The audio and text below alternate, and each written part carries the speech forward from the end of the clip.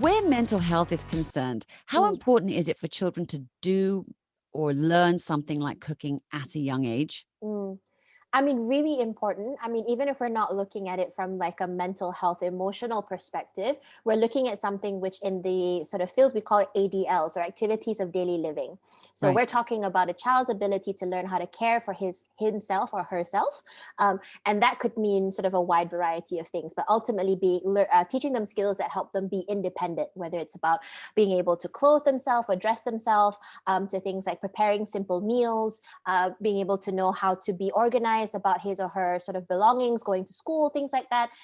And so all of those things are really important because it helps teach children very important skills that they need as they grow. Right. So from that perspective, it's already really important. But then from a mental health perspective, it also that independence brings a lot of self-confidence. And so Mhm. that is really helpful as they age as well. So if a child is in a position where he or she can't do very much for himself because a lot has been provided or no opportunities have been given, then as they grow up, that self-confidence, or what we call self-efficacy or belief in oneself, Mhm. starts to deteriorate. And that can be something that affects their mental health in a bad way. Okay, so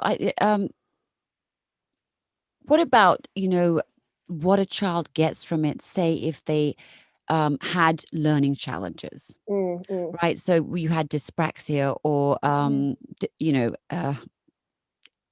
sorry, let me start that again. Okay. Yeah. Um,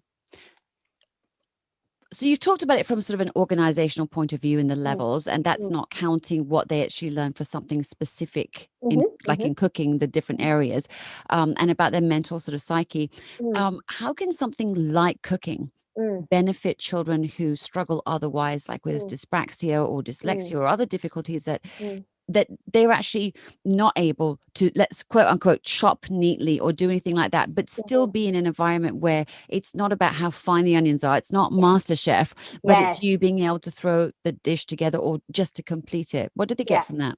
Oh, again, so much self-confidence, right? And so much sense of positivity as well. Because I think that, children who have learning challenges, like you mentioned, dyslexia, dyspraxia, even ADHD, for example, find it really difficult to function like their peers in an academic setting. And unfortunately, our academic setting, especially here in Malaysia, is not very flexible, right? It's sort of like a Yeah. very cookie cutter type thing. And so if you do not sort of fit into that particular mold, if you aren't able to write a certain way or think a certain way or calculate as quickly as your other peers, you do stick out. Right, there is no kind of, like you said, like there's no celebrating the imperfections, if you will, right? So Yeah. something like cooking, something that's allowing kids to see that even though you're not chopping as neatly or as precisely, you can create a product that is just as amazing and just as delicious, right? And at Right. the end of the day, you are still able to complete your goal, even though you're not able to do something as precisely. So those types of messages that we're teaching our kids through these types of activities is really, really helpful when they have a learning challenge, because unfortunately, being in the school setting has taught them that not being perfect or not being similar to other peers is a deficit, or makes them Mm. bad in Because some there's too way. many. This is right. This is wrong. Yeah. Right. Yes, It's too yes, right. There's that's typical, that's Yeah. atypical, Yeah. and there's a really yes, big line which is ridiculous, Yeah. in my humble opinion. Mm-hmm. yes. Hopefully a Very lot of much people so. agree with me. Okay, Yes. so the idea that something like cooking would be extracurricular Mm, activity or mm, outside of school. I mean, back in my day, we were forced to go through home economics, mhm, Home ec. mhm. That's the name right? I was Home looking ec, for. Home yeah, ec, Exact. yes. home ec. But nowadays that doesn't seem to be the case. It's sort of Mm, meshed in with science and other sort of yep. I don't know, technology or whatever they call it in Kemahiran school, right? hidup. Yeah. Yeah.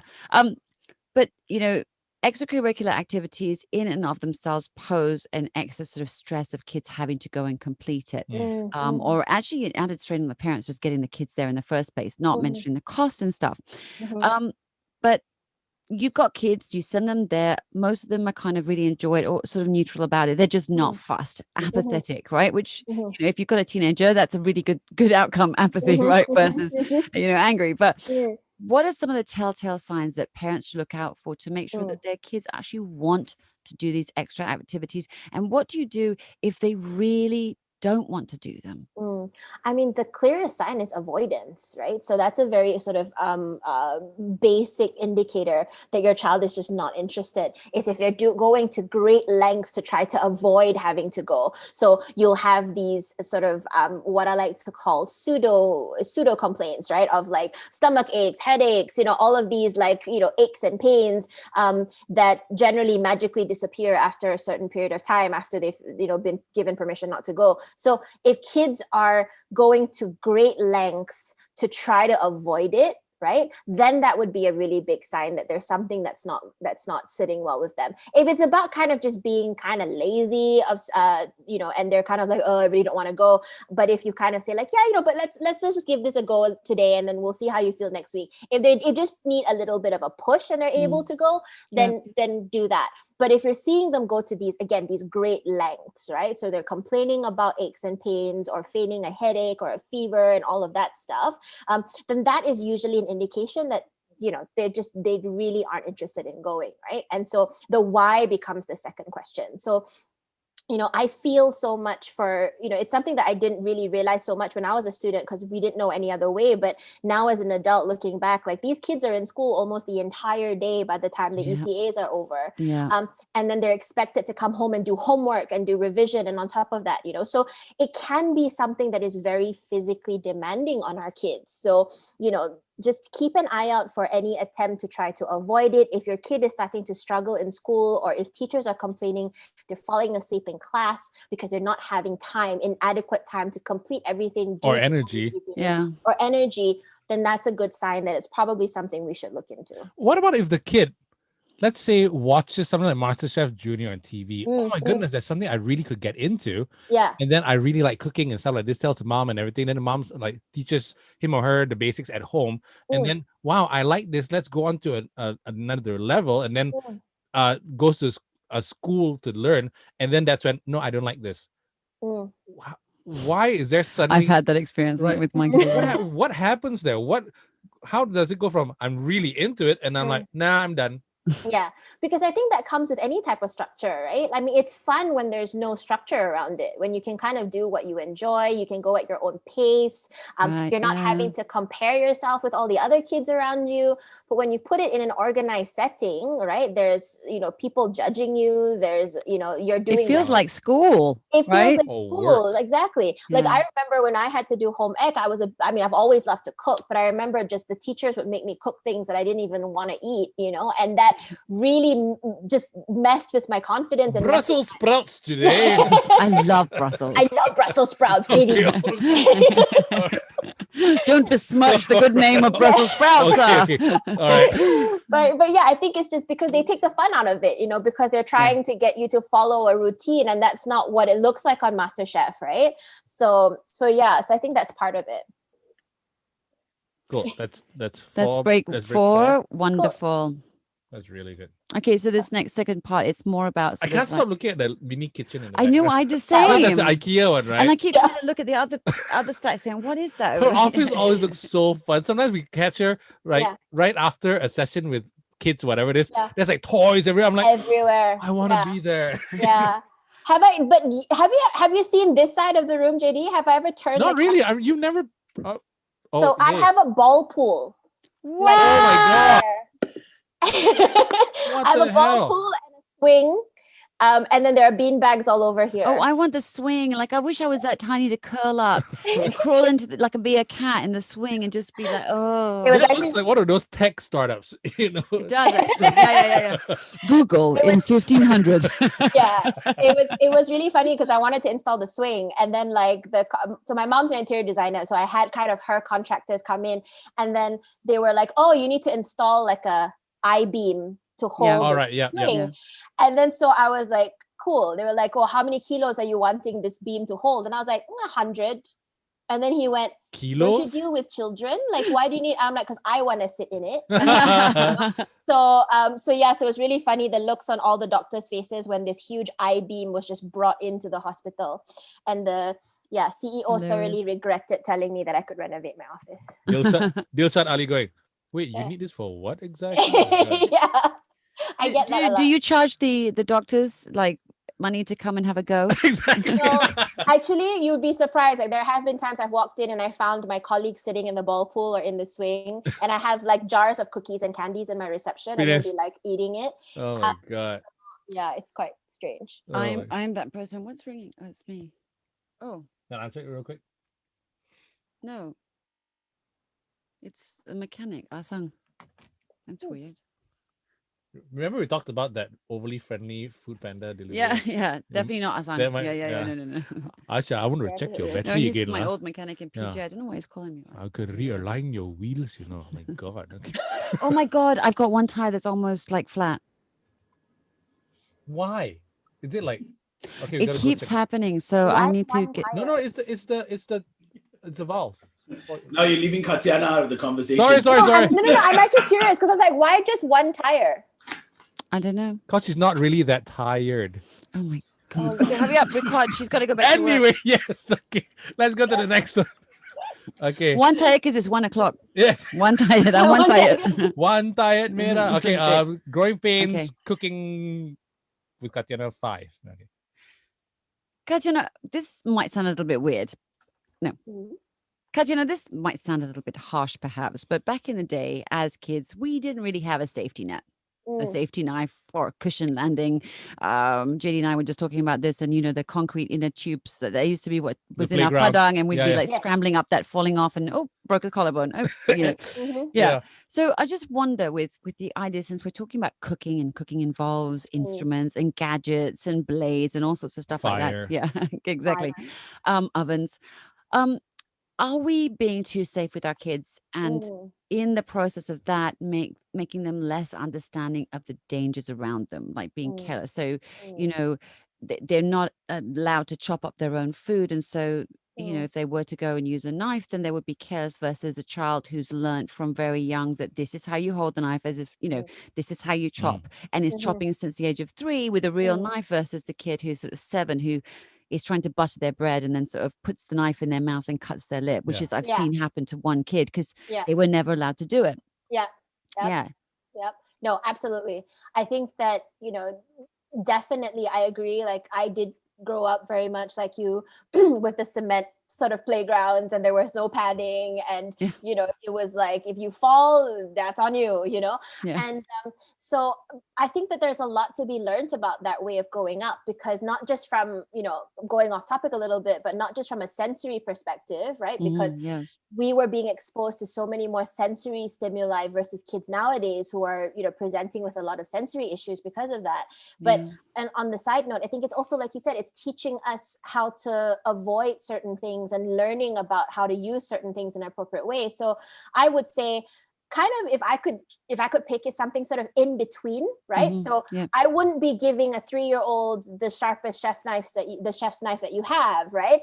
But at the same time, start with a butter knife, like let them start chopping softer vegetables. I'm a big fan of little kids helping out in the kitchen, right? They might not be able to handle the fire, right, in the start, but if you're standing right next to them, let them chop up the vegetables, let them cut shapes out of bread, let them play with dough. Yeah. I used to do that with my son, basically have him in the kitchen from about 3 and give him the broccoli or the beans or whatever vegetables it was. And he'd either rip it with his hands or sort of try and chop it. And it would look mangled, like it had been eaten and regurgitated, but I would still cook it because I found that it's so important for them to see the fruits of their spoils,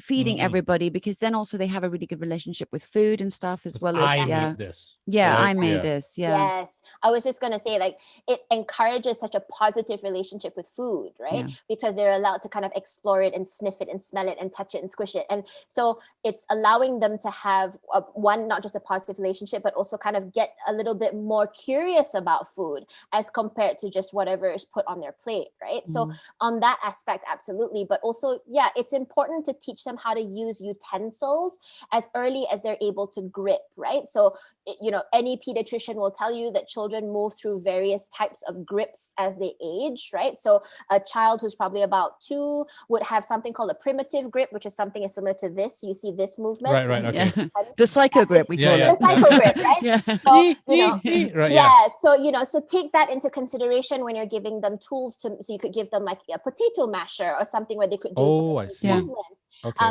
You know, because maybe using a sharp knife might require more of this type of movement, right? Or Right. like what we call like the tripod grip, which is with pens. That means you So- need to, there's a lot more wrist Yes, action there's there. a lot of wrist action and fine motor movement, Yeah. which gets developed by using utensils, by teaching our kids how to use scissors and things like that. We're building their fine motor skills. Yeah. So definitely I wouldn't, you know, be saying give your kid, you know, a really sharp knife, let them play with open flames when they're really young, but you can still have them in the kitchen. You can still give them exposure to safer utensils and tools in the earlier stages. And as they grow up, they should be cutting their own food. They should be knowing how to feed themselves. And, you know, if they do unfortunately cut themselves a little bit, you know, that is something that their brain will go, okay, never going to do that again, right? So it's a learning process as well. Yeah. So, I mean, I've got Mm. burns and stuff Yep. from all the times Yeah, we've yeah. tried. JD and I were just talking about the fact, and I kind of had this attitude. It's like you keep say the fire's hot, but unless you let them actually have a go with it. Like I remember my grandmother letting me put my finger through a candle and just getting close and feeling the heat right there. But I knew I'm never going to be touching that ever again. Yeah. And my son did that with a cup of tea. With my tea, I was holding it, and I was like, it's hot, and he was like, I'm going for it, and I was like, you will hurt yourself if you touch that. And he did. And it's very quick. No way he's going to scold himself. Yep. But it was enough to sort of like more the shock of ow sort of thing. I'm like, it's hot. I'd like to take away a little bit from like the type of parenting style that like, you know, I was exposed to growing up with a lot of my uncles and aunts and stuff. It's just like, he's like, huh, you know, like, you know, you get hurt and you're like, see, you know? We're not waiting until they get to that level where they genuinely hurt themselves before you intervene and tell them they were being silly. You can still provide them with that safety net, because as adults, we do know what's going to really hurt you. If you see an open flame, don't let your child run towards it and wait till he burns himself, you know? Yeah, bonfires on the beach are dangerous. Yes, exactly. You know? Okay. And like, so that's what I would say. Provide a safety net, but still give them the space to explore. Okay. So let me ask you one last question then, Katyana. Cooking is obviously, as we've discovered today, a really good, very sort of all-rounder, from science to maths to dexterity to all sorts of stuff, self-esteem. What other activities could you suggest for kids that have sort of a good grouping of different elements to it that make it quite a nice rounded activity for kids? I mean, anything that allows them to kind of use their hands. So any type of craft activity I'm a big fan of. So like, you know, any type of arts and crafts like pottery or painting or, you know, I mean, carpentry, if he's into that sort of thing. Anything that's quite creative is something that I would really recommend. Also, I'm also a big fan of stuff that require them to have a little bit of responsibility, right? So whether it's about, you know, like gardening, be responsible for watering the plants and things like that, you know, if they're into that sort of thing. So I was just having, Not this woman. No. Black thumb right here. Cannot. I'm just laughing at myself, just plant aside. My son is only grown up with me sort of killing things. Not a good lesson to learn. Maybe you should let Asha be responsible for a plant, you know, easier and slowly. You know? Before, take my child away and give me a plant instead. Yeah. There's a reason why I only have succulents in my office. And even then I've killed some of them. So it's okay. Also, you're wow. Fellow planticidist. All right. Okay. So I think, something that involves them being able to use their hands, because that from a motor skill perspective is good. And then also something that is, you know, if possible, especially, well, maybe not now with COVID, but if possible, something that's communal where they can do with other people, because that helps build social skills. And then, of course, something that they have a little bit of responsibility over so that they are accountable, because that's teaching them responsibility. So something sort of in those areas, I think would be really helpful. I still think go-to is masak. You know, outside of cooking way, real food, masak, because you're running a kitchen, a stall, you're selling to your clients. You know, you're making the mud water, whatever, with the, you know, the mud and the rice cutting. So and that's imaginary play. That's a really important skill for kids. So I'm a big fan of masak. Hence the kitchen. Yes, that's why we're looking at it. Love just your setup. Okay. But she's never ever invited me over because she knows that once I go, I will never leave. Clients are a certain age, and you're just far too old to be a next client. Time you're here, JD, you're welcome to come and visit. Yay! Actually, Katyana, quick one about the flame thing, right? About the heat thing. Yeah. My wife has always complained that I will always stuff hot food in my mouth because I never seem to learn. Is there something wrong there?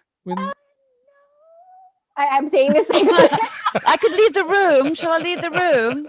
No, we're good. I tell you what, did you ever have a shortage of food? Like, did you share loads of food with loads of people and your kids? So you know that family, like, you must get it quickly before otherwise. Sizzling steak comes over. It's sizzling. Oh, yeah, burn my tongue. Yeah. Next day, hot soup. Yeah, burn my tongue. Is there an ism? Because honestly, he's burned his tongue on coffee. I don't know, every single day this week, except today because he hasn't had a coffee. True or not true? Every day, yeah. No, I mean, I was gonna ask the same question as Asha. Like, were you in the habit of having to like fight for your food growing up? No, I was just a glutton. So I mean, no such thing. Actually, I work with a couple of really amazing child hypnotherapists in London, and children naturally know when they've had enough, they don't want. They always turn their face, and it's parents and grandparents who force feed kids. So kids actually are not interested in food if they're not interested. If they're hungry, they'll actually eat. And it's us who trying to feed them and manage their diet that actually get in the way of them learning. So it wouldn't be, from what I learned, and then the research afterwards I did, because it's fascinating to me. The research is, it's like you don't grow up a glutton. You're not born a glutton. You become a glutton. So my question is, like, did your family ever kind of like emphasize, like, hurry up, the food's hot? Like eat now while the food is hot. No, everyone else in my family is fine. My mom, dad, brother, everyone's fine. It's just me. I don't know why. Yeah. So I mean, maybe it could be a speed thing. It could be maybe you are a glutton. Or maybe it was. Maybe I just wanted to finish the food really quickly and watch like Thundercats or something. Yeah, maybe you just wanted to get it on with because it was getting in the way of other things you wanted to do. Food, blah. Oh, but Thundercats is awesome.